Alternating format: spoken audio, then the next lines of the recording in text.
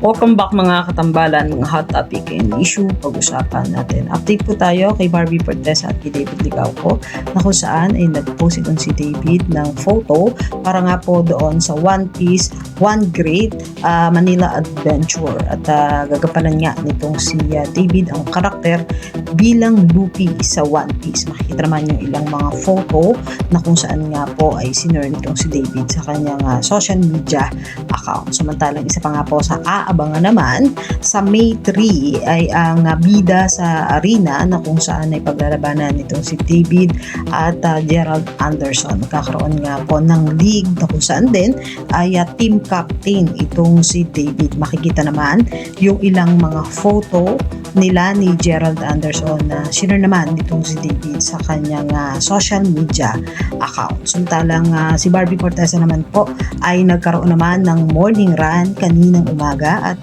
kasama naman nitong si Barbie, si Maris Racal, at may caption pa nga po doon na I appreciate your time and effort, Barbie. Thank you. See you on Sunday.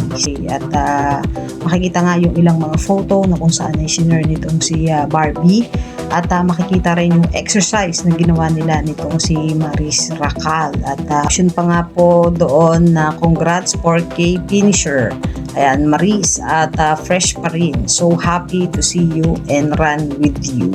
Na pinost nga po nitong si Barbie yung ilang mga photo nila at ganap kanina nang magkaroon nga po sila ng morning run. Yan po yung mga update natin ngayon kay Barbie at kay David. Kayo mga katambalan, ano masasabi nyo? Mag-comment lang sa comment section at pag-usapan natin. Yan ang mga hot topic and issue. Ito lamang sa Tambalang Chiki.